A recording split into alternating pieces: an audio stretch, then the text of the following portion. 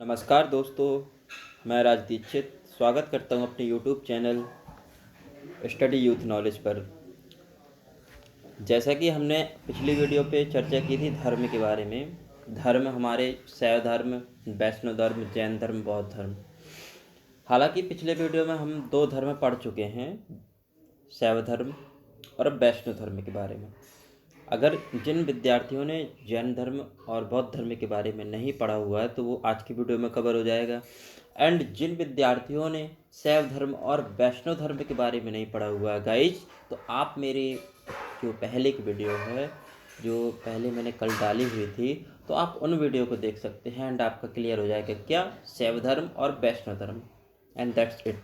Okay, and आज start करते हैं हम बौद्ध धर्म के बारे में कि बौद्ध धर्म क्या होता है, किस धर्म से रिलेटेड है और ये धर्म कैसे आया, जैन धर्म। ठीक है, तो आज हम बात करेंगे, हम स्टार्ट करेंगे बौद्ध धर्म से कि बौद्ध धर्म क्या था। तो बौद्ध धर्म हमारे मतलब बौद्ध धर्म को हम गौतम बुद्ध और बौद्ध धर्म भी बोल सकते हैं। ईसा पूर्व 6वीं शताब्दी के नास्तिक संप्रदाय के आचार्यों में महात्मा गौतम बुद्ध का नाम सर्वप्रमुख है। उन्होंने जिस धर्म का प्रवर्तन किया वह कालांतर में एक अंतर्राष्ट्रीय धर्म बन गया। यदि विश्व के रूप में उनके मरणोत्तर प्रभावों के आधार पर भी उनका मूल्यांकन किया जाए तो वे भारत में जन्म लेने वाले महानतम व्यक्ति थे। कौन? गौतम बुद्ध। और उनका प्रारंभिक जीवन, गौतम बुद्ध का जन्म लगभग 563 ईसा पूर्व में कपिल वस्तु के समीप लुम्बिनी वन, आधुनिक रोमेनदेई और रोमेनदेह नामक स्थान में हुआ था। उनके पिता शुद्धोधन कपिलवस्तु के शाक्यगढ़ के प्रधान थे। उनकी माता का नाम माया देवी था और जो कोलियगढ़ राज्य की कन्या थी। गौतम के बचपन का नाम सिद्धार्थ था। उनके जन्म के कुछ ही दिनों बाद उनकी माता माया का देहांत हो गया और उनका पालन पोषण बेमाता प्रजापति गौतमी ने किया। उनका पालन पोषण राजसी ऐश्वर्य एवं वैभव के वातावरण में हुआ। उन्हें राजकुमारों के अनुरूप शिक्षा दीक्षा दी गई, परंतु बचपन से ही वे अत्यधिक चिंतनशील स्वभाव के थे। प्रायः एकांत स्थान में बैठकर वे जीवन मरण, सुख दुख आदि समस्याओं के ऊपर गंभीरता पूर्वक विचार किया करते थे। उन्होंने इस प्रकार सांसारिक जीवन से विरक्त होते हुए देख उनके पिता को गहरी चिंता हुई, जिन्होंने बालक सिद्धार्थ को सांसारिक विषय भोगों में फंसाने को भरपूर कोशिश की। उनका विवाह शाक्य कुल की एक अत्यंत रूपवती कन्या के साथ कर दिया। इस कन्या का नाम उत्तरकालीन बौद्ध ग्रंथों में यशोधरा, बिंबा, गोपा, भट्टकच्छना आदि दिया गया है।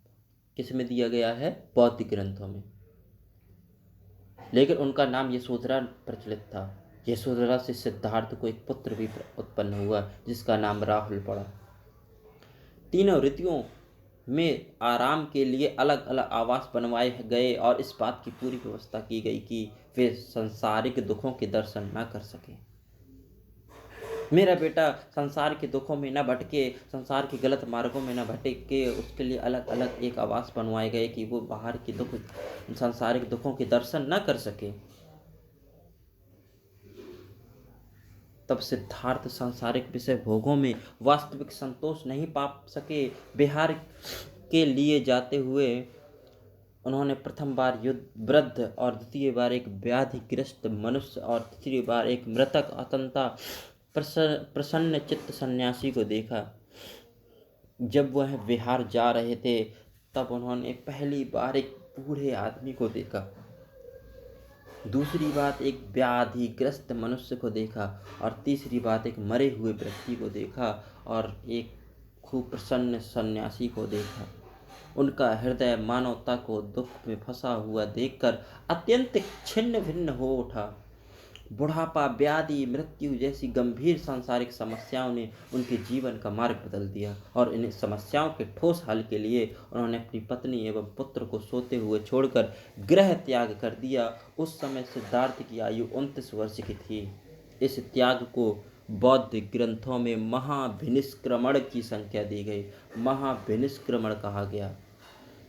इसके पश्चात ज्ञान की खोज में वे एक स्थान से दूसरे स्थान पर भ्रमण करने लगे। सर्वप्रथम वैशाली के समीप आलार कालाम नामक सन्यासी के आश्रय में उन्होंने तपस्या की और तपस्या करने के बाद वह सांख्य दर्शन का आचार्य था और अपनी साधना शक्ति के लिए विख्यात था। परंतु यहाँ उन्हें शांति गाइस बैकग्राउंड में थोड़ी शोर हो रहा होगा तो उस पर आप नोटिस नहीं कीजिएगा, ठीक है। यानी इसके पश्चात ज्ञान की खोज में वे एक स्थान से दूसरे स्थान पर भ्रमण करने लगे। सर्वप्रथम वैशाली के समीप एक आलार कालाम नामक सन्यासी के आश्रम में इन्होंने तपस्या की और वे आलार कलाम जो थे वह सांख्य दर्शन का आचार्य था और वह अपनी साधना शक्ति के लिए विख्यात था। परंतु यहाँ उन्हें शांति नहीं मिली। यहाँ से वे रुद्रकाराम पुत्र नामक एक दूसरे धर्माचार्य के समीप पहुँचे जो राजगृह के समीप आश्रम में निवास करते थे। यहाँ भी उनके अशांत मन को संतोष नहीं मिल सका। खिन्न हो उन्होंने उनका भी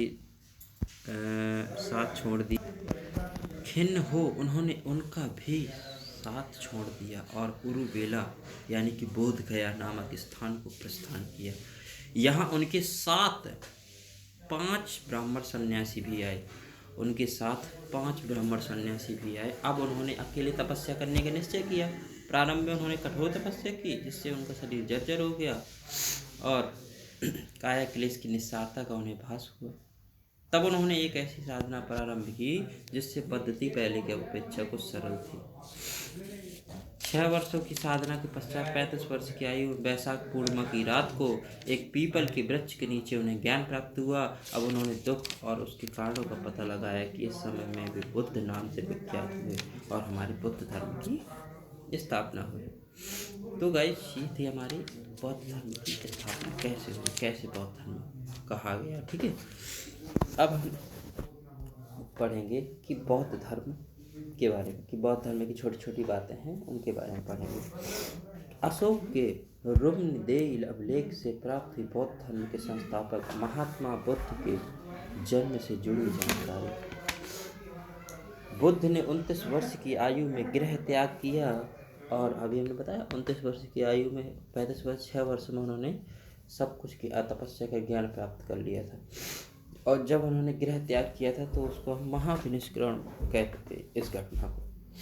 और उनकी चौथी बौद्ध संगीति में बौद्ध धर्म के 2 भाग थे। चौथी बौद्ध संगीति में बौद्ध धर्म के 2 भाग थे, हीनयान महायान 2 भाग थे। एंड अब बात करेंगे हम जैन धर्म हम आपको बाद में पढ़ाएंगे, ठीक है। एंड बौद्ध धर्म में 4 आर्य सत्य हैं। बौद्ध धर्म में 4 आर्य सत्य हैं। पहला तो आपका वो संसार दुख में है, दुख का कारण है अज्ञान, दुख का निरोध है निर्वाण, दुख निरोध का मार्ग है अष्टांग मार्ग, ठीक है। 4 कारण क्या थे वो 4 कारण थे। संसार में सर्वत्र दुख ही दुख है। संसार दुख में जीवन दुखों और कष्टों से परिपूर्ण है। पहला क्या है, संसार दुख में है, ठीक है। 4 आर्य सत्य के बारे में बता रहा हूँ। संसार में सर्वत्र दुख ही दुख है, जीवन दुखों और कष्टों से परिपूर्ण है। जिन्हें हम सुख समझते हैं वे भी दुखों से भरे हुए हैं। सदा यह भय बना रहता है कि हमारे आनंद कहीं समाप्त न हो जाएं। आनंदों की समाप्ति पर कष्ट होता है। आसक्ति से भी दुख उत्पन्न होते हैं। संसार में नाना प्रकार के दुख व्याप्त हैं, जैसे दरिद्रता, व्याधि, जरा, मृत्यु। अतः हम कह सकते हैं कि जीवन दुखों से परिपूर्ण है। दुखों का कारण क्या है? प्रत्येक वस्तु का कोई ना कोई कारण अवश्य होता है, अतः दुख का भी कारण है, क्योंकि कोई भी वस्तु बिना किसी कारण के नहीं हो सकती है। कोई ना कोई वस्तु है जिनका हमेशा कारण रहता है और बिना किसी कारण की कोई वस्तु नहीं रह सकती। प्रतीत समुत्पाद के अनुसार विश्लेषण करने पर ज्ञात होता है कि दुख का मूल कारण अविद्या अज्ञान है। दुख का मूल कारण प्रतीत समुत्पाद के अकॉर्डिंग हमें पता चलता है कि दुख का मूल कारण अज्ञानता है। संसार के समस्त दुखों का सामूहिक नाम है जरा मरण। जरा मरण से लेकर अविद्या तक दुख समुदाय में 12 कड़ियाँ बताई हैं। अब आता है दुख का निरोध क्या है। निरोध, निरोध, निरोध, निर्वाण। दुख का अंत संभव है क्योंकि प्रत्येक वस्तु किसी न किसी कारण से उत्पन्न होती है। अतः यदि उस कारण का विनाश हो जाए तो वस्तु का भी विनाश हो जाएगा। कारण समाप्त होने पर कार्य का अस्तित्व भी समाप्त हो जाएगा।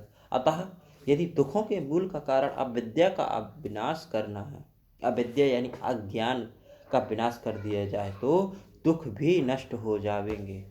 अगर आप अज्ञान को नष्ट कर देंगे तो दुख ऑटोमेटिक नष्ट हो जाएगा, क्योंकि वो आपको हर प्रकार की चीज़ों का ज्ञान हो गया है तो आपको सुख ही सुख प्राप्त होगा। आपको कोई भी प्रॉब्लम नहीं होगी किसी भी चीज़ को समझने या सुनने में। ठीक, तो ये आपका दुख निरोध को ही निर्वाण कहा जाता है। यही जीवन का चरम लक्ष्य है। इसकी प्राप्ति जीवन काल में भी संभव है। निर्वाण का अर्थ है जीवन का विनाश न होकर उसके दुखों का विनाश होना। इसकी प्राप्ति से पुनर्जन्म रुक जाता है और दुखों का भी अंत हो जाता है। बुद्ध ने इस अवस्था को वर्णनातीत का बताया। दुख निरोध का मार्ग है अष्टांगिक मार्ग। दुख के मूल अज्ञान के विनाश का उपाय अष्टांगिक मार्ग है। अष्टांगिक मार्ग आधुनिक खोजों से यह स्पष्ट हो गया कि गौतम बुद्ध ने शील, समाधि और प्रज्ञा को ही दुख निरोध का साधन बताया। प्राचीन ग्रंथों में इन्हीं का उल्लेख मिलता है। शील का अर्थ सम्यक आचरण, समाधि का अर्थ सम्यक ध्यान, प्रज्ञा का अर्थ सम्यक ज्ञान से। शील और समाधि से प्रज्ञा की प्राप्ति होती है जो सांसारिक दुखों से मुक्ति पाने का मूल साधन है। कालांतर में इसके 8 साधन स्वीकार कर लिए गए हैं। इसे अष्टांगिक मार्ग कहा गया। ओके, एंड अब बात करेंगे हम अष्टांगिक मार्ग। सम्यक दृष्टि, सम्यक संकल्प, ये है आप पढ़ना है आपको, ये है। ओके, सम्यक दृष्टि। अष्टांगिक मार्ग क्या है? सम्यक दृष्टि, सम्यक संकल्प, सम्यक वाक, सम्यक कर्मांत, सम्यक आजीव, सम्यक आचरण और सम्यक स्मृति, सम्यक समाधि। ये हमारे अष्टांगिक मार्ग। अब हम एक एक करके आपको विवरण बताएंगे। ठीक है, विवरण रहेगा। सम्यक दृष्टि। सम्यक दृष्टि वह वस्तुओं के वास्तविक स्वरूप का ध्यान करना सम्यक दृष्टि है। वस्तुओं के वास्तविक स्वरूप का ध्यान करना सम्यक दृष्टि है। सम्यक संकल्प। सम्यक संकल्प है आसक्ति, द्वेष और हिंसा से मुक्त विचार रखना सम्यक संकल्प है। द्वेष और हिंसा से मुक्त विचार रखना सम्यक संकल्प है। और सम्यक वाक, अप्रिय वचनों के सर्वदा परित्याग को सम्यक वाक कहा जाता है। मतलब बहुत बुरे वचनों को त्याग देना ही सम्यक वाक कहा जाता है। सम्यक कर्मांत यानी दान, दया, सत्य, अहिंसा आदि सत्कर्मों का अनुसरण ही सम्यक कर्मांत है। और सम्यक आजीव, सदाचार के नियमों के अनुकूल आजीविका के अनुसरण करने को सम्यक आजीव कहते हैं। और सम्यक स्मृति यानी अपने विषय में सभी प्रकार की मिथ्या धारणाओं का त्याग कर सच्ची धारणा रखना ही सम्यक स्मृति है। और सम्यक समाधि यानी मन अथवा चित्त की एकाग्रता को सम्यक समाधि कहते हैं।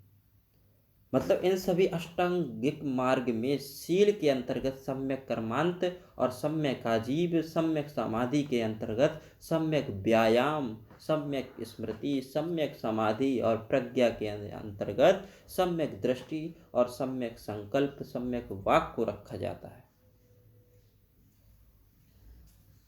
और प्रतीत समुत्पाद ही बुद्ध के उपदेशों का सार है और बुद्ध की समस्त शिक्षाओं का आरंभ स्तंभ है।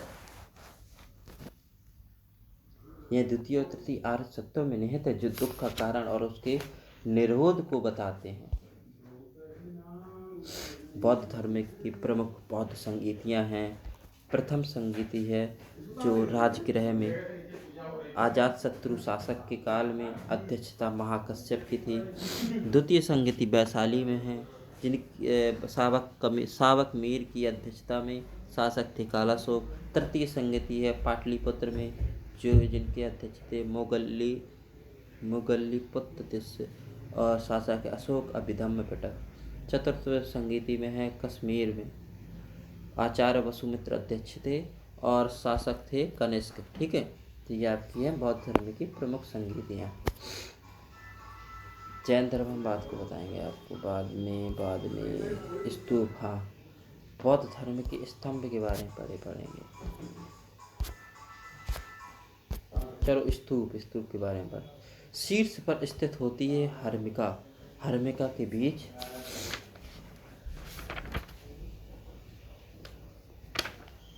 स्तूप का विवरण दिया गया है। और दो हमारे बौद्ध धर्म के संप्रदाय हैं, हीनयान महायान। तो हीनयान और महायान भी बहुत इम्पोर्टेंट है, उनसे बहुत कुछ सीखने को मिलता है। स्तूप हर्मिका के बीच स्थित यष्टि पर 3 छत्र श्रद्धा सम्मान एवं उदारता प्रतीक हैं। स्तूप के चारों ओर बनाया जाता है प्रदक्षिणा पथ, प्रवेश हेतु होता है तोरण द्वार। प्रमुख स्तूप सांची के स्तूप, विदिशा के निकट स्तूप काकरनाड चैत्यगिरी पहाड़ी पर स्थित हैं। और मौर्य काल से संबंधित जो स्तूप फर्स्ट है, जबकि स्तूप सेकेंड और स्तूप थर्ड का संबंध मौर्योत्तर काल से है। बौद्ध धर्म के इन स्तूपों से प्राप्त हुई बौद्ध धर्म प्रचारकों और शिष्ट मंडल की सूची। भरहूत स्तूप जो इनका स्थान है सतना में, भरहूत स्तूप है सतना में मध्य प्रदेश के। अशोक के काल में निर्माण और शुंग काल में विकास हुआ था। और हमारा नागार्जुन कोंडा स्तूप है जो कि गुंटूर आंध्र प्रदेश में स्थित है। इसका नल्ला मलाई की पहाड़ियों और कृष्णा नदी से घिरा हुआ एवं असमान वास्तु योजना युक्त स्तूप है ये। और एक हो गया आपका ये नागार्जुन, हो गया अमरावती स्तूप। अमरावती स्तूप भी आंध्र प्रदेश के अमरावती में है, जो कि वेदिका में अलंकरण और संगमरमर का प्रयोग किया गया है जिसको बनाने में। स्तूप के सामने खड़ा आयक स्तंभ इसकी प्रमुख विशेषता है। देखिए ये ऐसा स्तूप है आपका, ये है आंध्र प्रदेश के अमरावती। ओके, तो अब बात करते हैं हम सारनाथ स्तूप, जो कि उत्तर प्रदेश के सारनाथ अपने यूपी में सारनाथ में है। सारनाथ स्तूप, इसकी प्राचीन नाम ऋषि पता नहीं इसका। यहाँ बुद्ध ने प्रथम प्रवचन दिया था। बुद्ध ने यहाँ चौखंडी स्तूप, धर्मराज का स्तूप एवं धखेम स्तूप स्थापित है। देखिए ऐसा बना उत्तर प्रदेश सारनाथ में। अब आता है चैत्र गृह गुहा मंदिर। बौद्ध धर्म से संबंधित मौर्योत्तर काल से गुप्त काल तक स्थापित बौद्ध भिक्षुओं के लिए ध्यान, प्रवचन, प्रार्थना हेतु पहाड़ों को काटकर बनाई गई संरचना है ये चैत्र गृह गुहा मंदिर। चैत्र प्रायः पूजार्थक स्तूप कहलाता है। चैत्य के प्रमुख भाग छत, अश्वनालाकार वीथियाँ, पार्श्ववीथी, गलियारे, मुख्य हॉल, स्तंभ, तोरण द्वार, स्तूप चैत्य का मुख्य भाग। ये देखिए कितना अच्छा लग रहा है। ओके, एंड हम बात करेंगे प्रमुख चैत्य। जो हमारा प्रमुख चैत्य है अजंता। अजंता कहाँ है? अजंता की गुफाएं महाराष्ट्र के औरंगाबाद में है।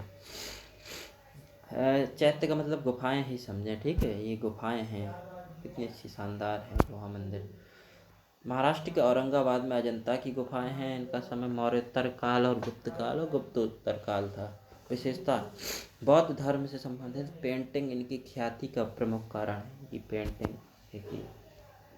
और आता एलोरा की गुफाएं महाराष्ट्र के औरंगाबाद में, ये भी हैं। 7वीं से 9वीं शताब्दी के बीच 34 शैलकृत गुफाओं का निर्माण हुआ है। राष्ट्रकूटों द्वारा निर्माण किया गया है। 10 चैत्य गृह शिल्प देवता विश्वकर्मा को समर्पित है। देखिए ये है अजंता की एलोरा की गुफा है। ओके, एंड अब बात करेंगे हम एलोरा की गुफाएं हो गई। अब हम बात करते हैं जैन धर्म के बारे में। जैन धर्म हम छोड़कर आए थे। जैन धर्म के 5 व्रत। जैन धर्म के 5 व्रत क्या हैं? अहिंसा, मतलब हिंसा न करना, अहिंसा मतलब हिंसा न करना। पहले तो हम जानेंगे जैन धर्म है क्या और इसका नास्तिक संप्रदायों में जैन धर्म का उद्भव विकास कैसे हुआ और जैन धर्म के कारण नास्तिक संप्रदायों का उद्भव और विकास कैसे हुआ। ईसा पूर्व 6वीं शताब्दी का काल धार्मिक दृष्टि से क्रांति और महान परिवर्तन का काल माना जाता है। इस समय परंपरागत वैदिक धर्म और समाज में व्याप्त कुरीतियों, पाखंडों, कुप्रथाओं, छुआछूत, ऊंच नीच आदि के विरुद्ध आंदोलन उठ खड़ा हुआ। यह आंदोलन कोई आकस्मिक घटना नहीं थी, परंतु यह चिरकाल से संचित हो रहे असंतोषों की ही चरम परिणति थी। वैदिक धर्म के कर्म कांडों और यज्ञ विधि विधानों के विरुद्ध प्रतिक्रिया वस्तुतः उत्तर वैदिक काल में ही प्रारंभ हो चुकी है। वैदिक धर्म की व्याख्या एक नए सिरे से की गई और यज्ञ कर्मकांडों की निंदा करते हुए धर्म के नैतिक पक्ष पर बल दिया गया। संसार को मिथ्या बताकर आत्मा की अमरता के सिद्धांत का प्रतिपादन हुआ और शरीर को आत्मा के लिए बंधन बताया गया। इस विचारधारा का पूर्ण परिवाक हमें उपनिषदों में देखने को मिलता है। उपनिषद यज्ञों और उनमें की जाने वाली पशु बलि की कड़ी आलोचना करते हैं। मुंडक उपनिषद में यज्ञों की टूटी नौकाओं के समान उनके कर्मकांडों को अल्प फल वाला कहा गया। तो जो हमारे जैन धर्म के 5 व्रत थे, एक तो हो गया अहिंसा, हिंसा न करना, ठीक है। दूसरा हो गया आमरसा। आमरसा मीन्स झूठ ना बोलना। और तीसरा अस्तेय, चोरी नहीं करना। अपरिग्रह, संपत्ति का अर्जन न करना। ब्रह्मचर्य, इंद्रिय निग्रह करना। अनेकांतवाद कहता है कि प्रत्येक वस्तु के अनेक धर्म हैं जिन्हें केवल ज्ञान प्राप्त व्यक्ति ही ज्ञान जान पाता है। और जैन धर्म की उत्पत्ति कैसे हुई ये जानते हैं। जैन धर्म की उत्पत्ति गौतम बुद्ध के समय आविर्भूत होने वाले अरूढ़िवादी संप्रदायों के आचार्यों में जैन धर्म के महावीर का नाम सर्वाधिक प्रसिद्ध था। वे जैन धर्म के प्रवर्तक नहीं थे, किंतु हम उन्हें 6वीं शताब्दी ईसा पूर्व के जैन आंदोलन का प्रवर्तक कह सकते हैं। वे बुद्ध के बाद भारतीय नास्तिक आचार्यों में सर्वाधिक महत्वपूर्ण है। परंपरा उन्हें 24वां तीर्थंकर बताती है। इनके पहले 23 तीर्थंकर हो चुके थे, जिनमें 23वें तीर्थंकर पार्श्वनाथ की ऐतिहासिकता को सिद्ध करती है। महावीर का जन्म 599 ईसा पूर्व के लगभग वैशाली के निकट कुंड ग्राम में हुआ था। उनके पिता सिद्धार्थ ज्ञात्रक क्षत्रियों के संघ प्रधान थे, जो वज्जी संघ का एक प्रमुख सदस्य थे। उनकी माता त्रिशला अथवा विदेह दत्ता वैशाली के लिच्छवी कुल के प्रमुख चेटक की बहन थी। इस प्रकार मातृ पक्ष से वे मगध के हृदय राजाओं बिंबिसार और अजातशत्रु के निकट संबंधी थे। महावीर का बचपन का नाम वर्धमान था। उनका पालन पोषण राजसी वातावरण में लाड़ प्यार के साथ हुआ। जैन धर्म के 24 तीर्थंकर थे। ये पहला था ऋषभ या आदिनाथ। आप नोट डाउन करते जाइएगा, बहुत इंपॉर्टेंट पॉइंट है। हालांकि जैन धर्म के 23 तीर्थंकर बताए गए हैं और इनसे ऐतिहासिकता पार्श्वनाथ की सिद्ध होती है, लेकिन जैन धर्म के 24 तीर्थंकर थे। ऋषभ आदिनाथ, दूसरा अजितनाथ, तीसरा संभव, चौथा अभिनंदन, पांचवा सुमति, छठवां पदम प्रभ सुपार्श्व, सातवां, आठवां चंद्रप्रभ, नौवां है पुष्पदंत, 10वां शीतल, 11वां श्रेयांश, 12वां वासुपूज्य, 13वां विमल, 14वां अनंत, 15वां धर्म और 16वां है शांति, 17वां है कुंथु, 18वां है अर्ह, 19वां है मल्ली, 20वां मुनि सुब्रत, 21वां नमी और 22वां है नमी और नेमी, 23वां पार्श्वनाथ और 24 है महावीर। पहले 23 तीर्थंकर थे और 24वां था महावीर। ये भी तीर्थंकर में ऐड हुए, ठीक है। और अब बस गाइस, अब हम थोड़ा सा चर्चा करेंगे कि जो हमारे क्या बोलते हैं जैन धर्म के 5 व्रत हैं, उनके बारे में थोड़ी अच्छे से चर्चा करेंगे, ठीक है। तो 5 व्रत थे जो जैन धर्म के। पहला तो था अहिंसा। अहिंसा मतलब आप इसमें देखिएगा, आपको मैंने शॉर्ट में दिया हुआ है। अहिंसा मतलब हिंसा न करना, मतलब यह जैन धर्म की प्रमुख सिद्धांत है, जिससे सभी प्रकार की अहिंसा के पालन पर बल दिया गया है। अहिंसा के पूर्ण पालन के लिए निम्नलिखित आचार्यों का निर्देश हुआ। पहली निर्देश थी एरिया समिति, संयम से चलना ताकि मार्ग में कीट पतंगों से कुचलने से कोई हिंसा ना हो जाए। भाषा समिति मतलब संयम से बोलना ताकि कटु वचन से किसी को कष्ट ना पहुँचे। एसड़ा समिति मतलब संयम से भोजन ग्रहण करना जिससे किसी भी प्रकार भी कीड़े मकोड़ों की हत्या ना हो सके। आदान निक्षेप समिति मतलब किसी वस्तु को उठाने और रखने के समय विशेष सावधानी बरतना जिससे जीव को हत्या ना हो सके। अहिंसा मतलब हिंसा न करना, हिंसा कभी नहीं करना, तो उस चीज़ को संभल संभल के करना।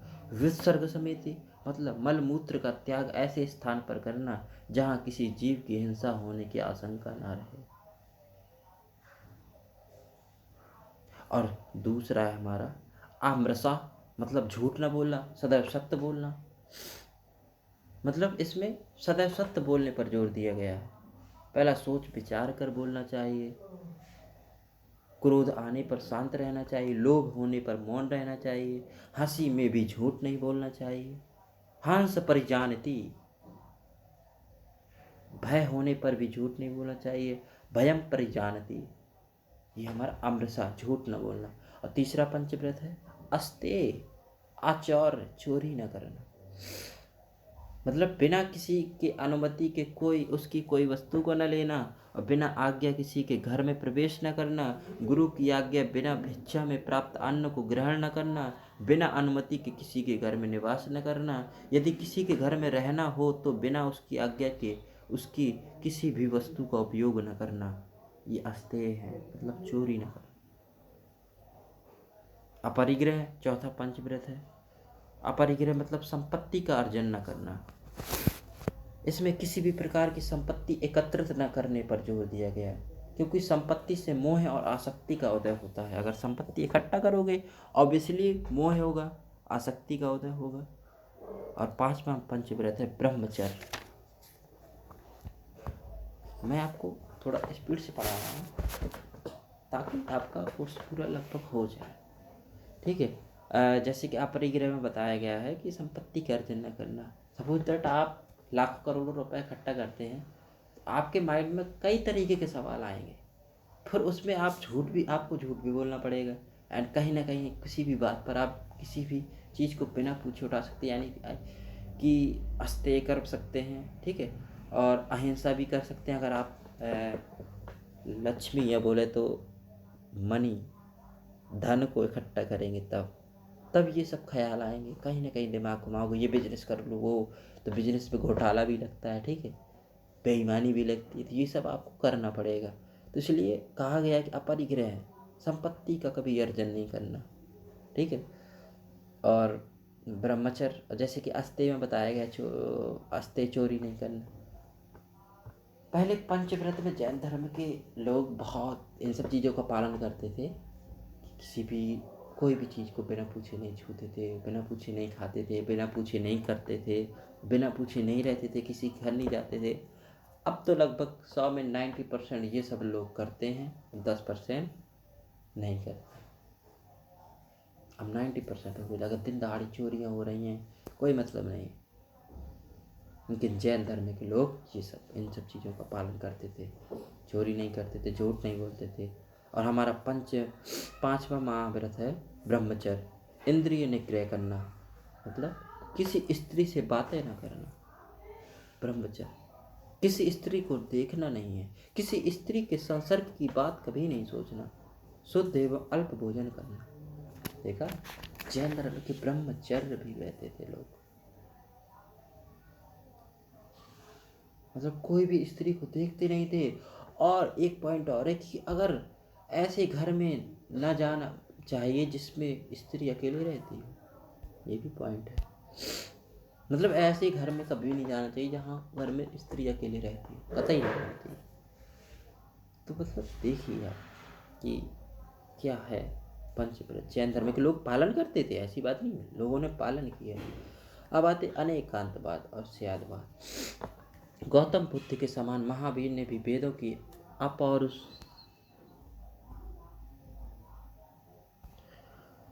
स्वीकार करने से इनकार कर दिया। धार्मिक और सामाजिक रूढ़ियों और पाखंडों का विरोध किया। उन्होंने आत्मवादियों और नास्तिकों के एकांतिक मतों को छोड़कर बीच का मार्ग अपनाया, जिसे अनेकांतवाद स्यादवाद कहा गया। इस मत के अनुसार किसी वस्तु के अनेक धर्म पहलू होते थे। व्यक्ति अपनी सीमित बुद्धि द्वारा केवल कुछ ही धर्म को जान सकता था। पूर्ण ज्ञान तो केवलीन के लिए संभव है। अतः उनका कहना था कि सभी विचार अंशतः सत्य होते हैं। यह उनकी बौद्धिक सहिष्णुता का परिचायक है। ठीक। अनेकवाद मतलब प्रत्येक वस्तु के अनेक धर्म हैं, जिन्हें केवल ज्ञान प्राप्त व्यक्ति ही जान पाता है, और स्यादवाद को अज्ञान व्यक्ति भी जान लेता है। सम्यक दर्शन और सम्यक चरित्र के बारे में तो आपको बता चुका हूँ। स्यादवाद मतलब शायद है, ये शायद नहीं है, कोई कन्फर्म नहीं, क्योंकि वो ज्ञानी नहीं है। ज्ञान है तो वो कन्फर्म कैसे कर लेगा। त्रिरत्न कैवल्य की प्राप्ति हेतु परमावश्यक हैं। त्रिरत्न सम्यक दर्शन, जो कि जैन सिद्धांतों में आस्था और विश्वास रखते हैं। सम्यक ज्ञान, जैन सिद्धांतों का यथार्थ पूर्वक ज्ञान प्राप्त करते हैं। सम्यक आचरण, जैन सिद्धांतों के अनुरूप आचरण का मान मर्यादा रखते हैं। सम्यक आचरण मतलब सम्यक चरित्र। सम्यक दर्शन, जैन तीर्थंकरों और उनके उपदेशों में दृढ़ विश्वास ही सम्यक दर्शन या श्रद्धा है। इनके 8 अंग बताए गए हैं। संदेह से दूर रहना, संसारिक सुखों की इच्छा का त्याग करना, शरीर के मोह राग से दूर रहना, भ्रामक मार्ग पर न चलना और अधूरे विश्वासों से विचलित न होना, सही विश्वास पर अटल रहना, सबके प्रति प्रेम का भाव रखना, जैन सिद्धांतों को सर्वश्रेष्ठ समझना। ये था सम्यक दर्शन। कि संसारिक सुखों की इच्छा नहीं करनी, हमें संसार सुख नहीं चाहिए। अगर सुख चाहोगे अब इसलिए दुख मिलेगा। ये आपका सम्यक दर्शन। सम्यक ज्ञान, जैन धर्म और उसके सिद्धांतों का ज्ञान ही सम्यक ज्ञान है। सम्यक ज्ञान के 5 प्रकार बताए गए। मति, इंद्रियों द्वारा प्राप्त ज्ञान। श्रुति अर्थात सुनकर प्राप्त किया ज्ञान। अवधि अर्थात कहीं रखी हुई किसी भी वस्तु का दिव्य ज्ञान।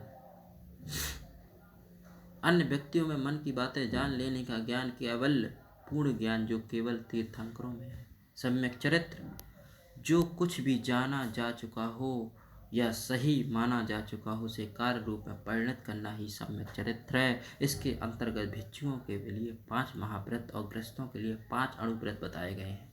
साथ ही साथ सच्चरिता एवं सदाचरण पर विशेष बल दिया गया है। ये 3 जैन धर्म के त्रिरत्न थे। तो गाइस, आज की वीडियो में इतना ही, और हम अब नेक्स्ट वीडियो में चर्चा करेंगे अगले पार्ट की पुरुषार्थ के बारे में। ठीक है, जो हमारी नेक्स्ट वीडियो होगी उसमें हम चर्चा करेंगे पुरुषार्थ कैसे होते थे। ठीक, कैसे उनका जीवन होता था, कैसे वो अपना जीवन व्याप्त करते थे। तो भारतीय समाज और राज्य की प्रमुख स्थितियों के बारे में बताएंगे। वर्णाश्रम व्यवस्था कैसी थी, स्त्रियों की दशा कैसी थी, भारत में सामाजिक परिवर्तन कैसे हुआ, कब हुआ। ठीक है, और व्यापार और वाणिज्य कब कैसे उन्होंने शुरुआत की। कल की क्लास में चर्चा होगी। तो guys, thank you so much. Video को लाइक करिए, शेयर करिए एंड सब्सक्राइब करिए, और मेरे चैनल को हमेशा आप लाइक करिए, क्योंकि लाइक में कुछ नहीं होगा, लाइक करने में बहुत कुछ होगा। जब आप लाइक करेंगे तब आपको भी अंदर से लगेगा कि हाँ, देखो अभी आपने पढ़ा क्या, आस्ते अपरिग्रह है, अहिंसा, हिंसा न करना। तो आप कतई हिंसा न करिए। आप भी थोड़ा जैन धर्म की, मैं क्या पूरे नहीं कह रहा हूँ, पूरे फार्मूला अपनाइए। आप 2-3 फार्मूला अपनाइए, जैसे अहिंसा, ठीक है, आस्ते, ये सब चीज़ें न करिए। आप पढ़िए आराम से, एंजॉय के साथ। मतलब ये नहीं कह रहा कि मेरा चैनल सब्सक्राइब करिए, ना करिए, लेकिन आप वीडियो को जरूर देखिए। ठीक है, thank you so much guys.